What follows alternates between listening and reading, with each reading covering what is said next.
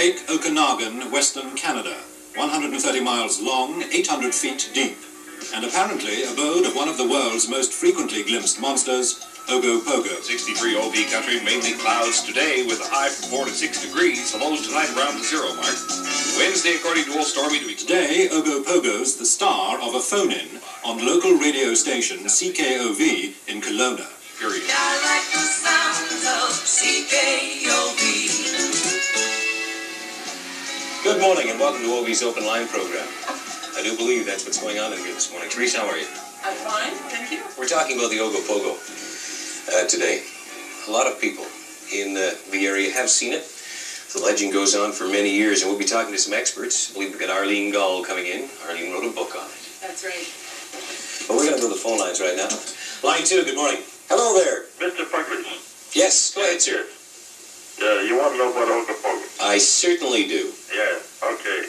I had a taxi and took a passenger to the hospital, and then I was coming down Abbott Street. And I got far as about here. I looked in the lake. I was surprised, and I seen this thing come out of the water.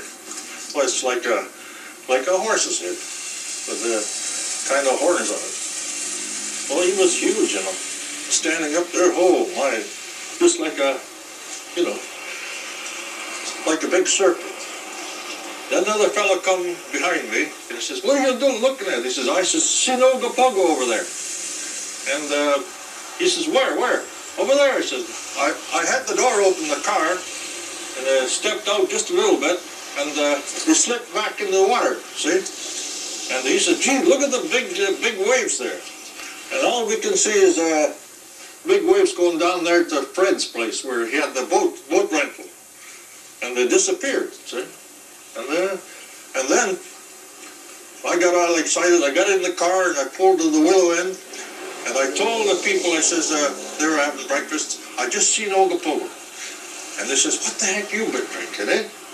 Line 4, go ahead, please. Hello, John. How are you? I'm not too bad. Good. Are you going to give me your name? No, I'm not. Okay. Tell me about I saw Ogopogo off of Sarsens about 4 years ago. Okay, you don't want to give your name on the air. No, I don't. You've told some people, obviously.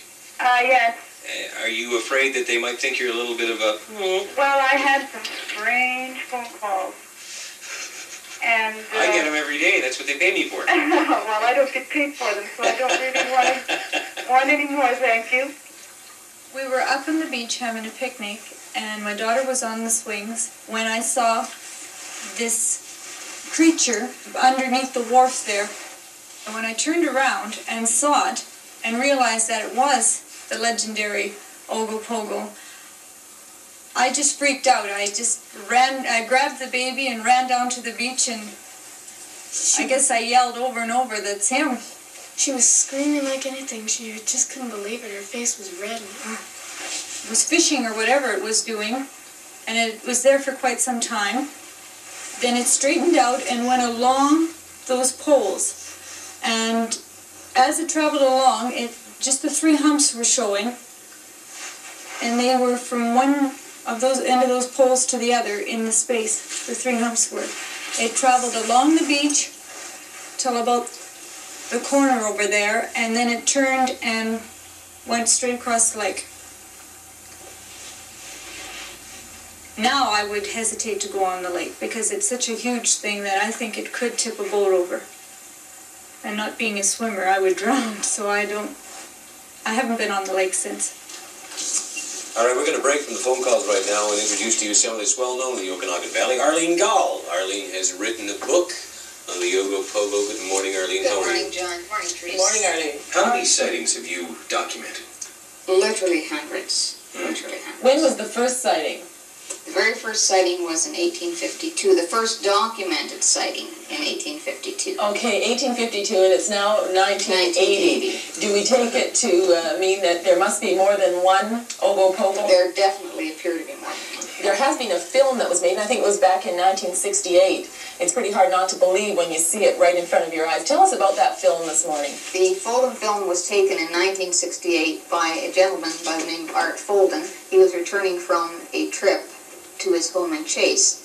And as he neared the Peachland area, he spotted an object out on the lake, and he said to his wife, "Look, there's Ogopogo." And she laughed at him. And he got out and started filming the creature. And what we see in the film is a large animate object moving through the water, surfacing and submerging at various speeds and at various times. And it also shows the creature taking off at very high speed, producing a massive weight. And this is the footage in the film that I like very much, because you see a creature just pushing water something terrifically with a massive wake in front, just creating huge wave action. This is believability on my part. Have there been any recent sightings? We've had approximately 7 to 8 sightings this year, but we have one that has been the very best sighting. Why? It was the Breger family. It was a beautiful day. The water was just as calm as glass.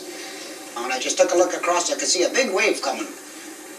And at that time, I just didn't take much notice of it. And it kept coming closer, and I thought to myself, why would there be a wave coming if there's no wind or anything? So I called to my son, I says, "Come on back here," and I says, "Take a look and see if you think what the heck's coming down the lake here." So he took a look at it, and he says, "Gee, I don't know." So we had his grandson. My grandson was along too. And he said, "Hey, Grandpa," he says, "that's the Ogopogo." It would have ran right into us, but we had to weir the boat off alongside. And then we followed it alongside for about, maybe 15 to 20 minutes. And I'd say the monster was possibly 14 to 16 feet long, which was above water, sticking above about 3 feet. And had quite a hump in the front shoulders, and had a hump on the back where the tail went. And I'd say the tail was approximately, probably 30, 40, maybe 50 feet, because you couldn't see the end of it. But he did have a long tail. He had 4 legs, and I'd say the monster weighed approximately maybe 30 ton. And his head in the front was moving from side to side. It seemed like he was looking for fish or feeding or something like that, and he was stirring up a tremendous amount of water. I would have never seen it, I would have never believed it. And actually, I don't care if anybody believes me or not, but I seen this animal, I know it's here, and I know it's a tremendous sized animal.